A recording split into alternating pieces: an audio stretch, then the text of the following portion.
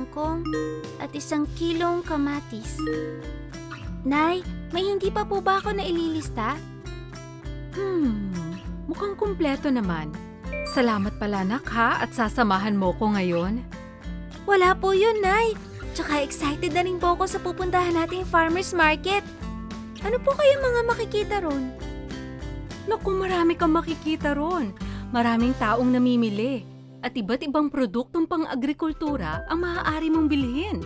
Tulad ng prutas, gulay, mga halamang ugat at marami pang iba. Agrikultura? Tara, yan ang ikukwento ko sa iyo ngayong araw. Wow! Ang daming tao!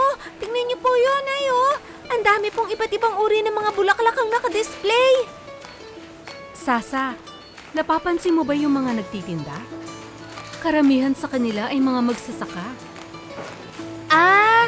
Kaya pala farmer's market! Pero, Nay, ano pong koneksyon nila sa nasabi niyo kanina?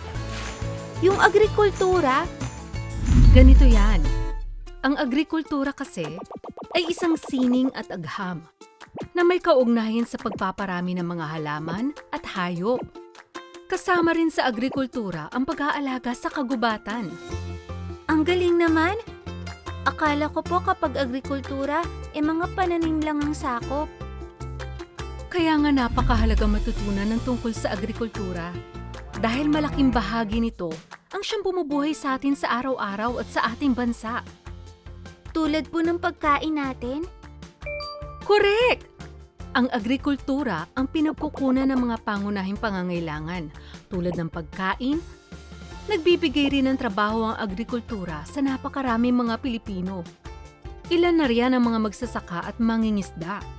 Sa madaling salita, mahalaga ito sa ating ekonomiya. Gets ko na po, Nay! Ang mga magsasaka rito sa farmer's market ang nagtanim, nag-alaga, at ngayon nagtitinda ng sarili nilang mga pananim. Tama yan, anak. Kaya nga gusto ko silang suportahan. Tara, puntahan natin ang suki ko. Magandang araw, Mang Joe. Oh, akala ko hindi ka na mapapabisita. At sino naman itong mukhang mabait na kasama mo? Hello po, Mang Joe! Ako po si Sasa. Nga pala, Mang Joe, ito yung mga bibilhin namin ngayong araw. Ito po.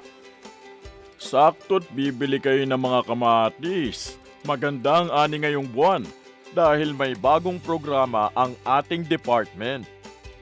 Department store po? Narito ang ilang mga sangay ng pamahalaan at mga ahensya na tumutulong upang maitaguyod ang agrikultura. Ang Department of Agriculture o DA ang gumagabay sa mga magsasaka ukol sa wastong paraan ng pagtatanim. Nandyan din ang Department of Science and Technology o DOST para paunlarin ang pananaliksik sa agham at teknolohiya na ikauunlad ng mga programang pang-agrikultura. Ang Bureau of Fisheries and Aquatic Resources o BFAR ang siyang nagtataguyod upang paunlarin ang pangingisda. Mayroon din tayong Bureau of Animal Industry na siyang namamahala sa larangan ng paghahayupan. Ang Bureau of Plant Industry naman ay may tungkuling mag-regulate, magsagawa ng pananaliksik at magbigay ng edukasyon at pagsasanay sa mga magsasaka para mapabuti ang kalidad at produksyon ng mga pananim sa bansa. Panghuli, nandyan ang Agricultural Training Institute na tinutulungan ng mga manggagawa sa agrikultura gamit ang tamang pagsasanay batay sa pangangailangan ng sektor. DA, DOST, ATI. Mang Joe, promise ko sa'yo, next time na magkita tayo, kabisado ko na po ang mga departamentong nabanggit nyo. Promise yan ha, Sasa? Basta tatandaan mo lang ha, na ang bawat departamento ay mahalaga para paunlarin ang mga manggagawa sa agrikultura. Maalala ko lang po, Mang Joe, hindi po ba ay tinulungan kayo ng Department of Agriculture para magkaroon ng lupang pangsakahan ng inyong pamilya? Tama yan. Ito ay sa tulong ng Comprehensive Agrarian Reform Law o CARL. Sa batas na ito, ang isang tao ay hindi maaaring magmay-ari ng mahigit sa 5 ektarya ng isang lupang sakahan o agricultural land. Marami pang mga batas at mga ordinansa ang may layuning paunlarin ng agrikultura, maging ang pamumuhay ng mga magsasaka. Kaya nga patuloy ang aming pakikipagtulungan sa mga departamento ng pamahalaan. Nakakabili po kayo, Mang Joe. Saludo po ako sa inyo. At sa napakarami pang magsasaka sa ating bansa. Apir tayo dyan! O shot, napatagal na ang ating kwentuhan. Maraming salamat ulit sa inyo. Salamat po, Mang Joe. Salamat po, Mang Joe.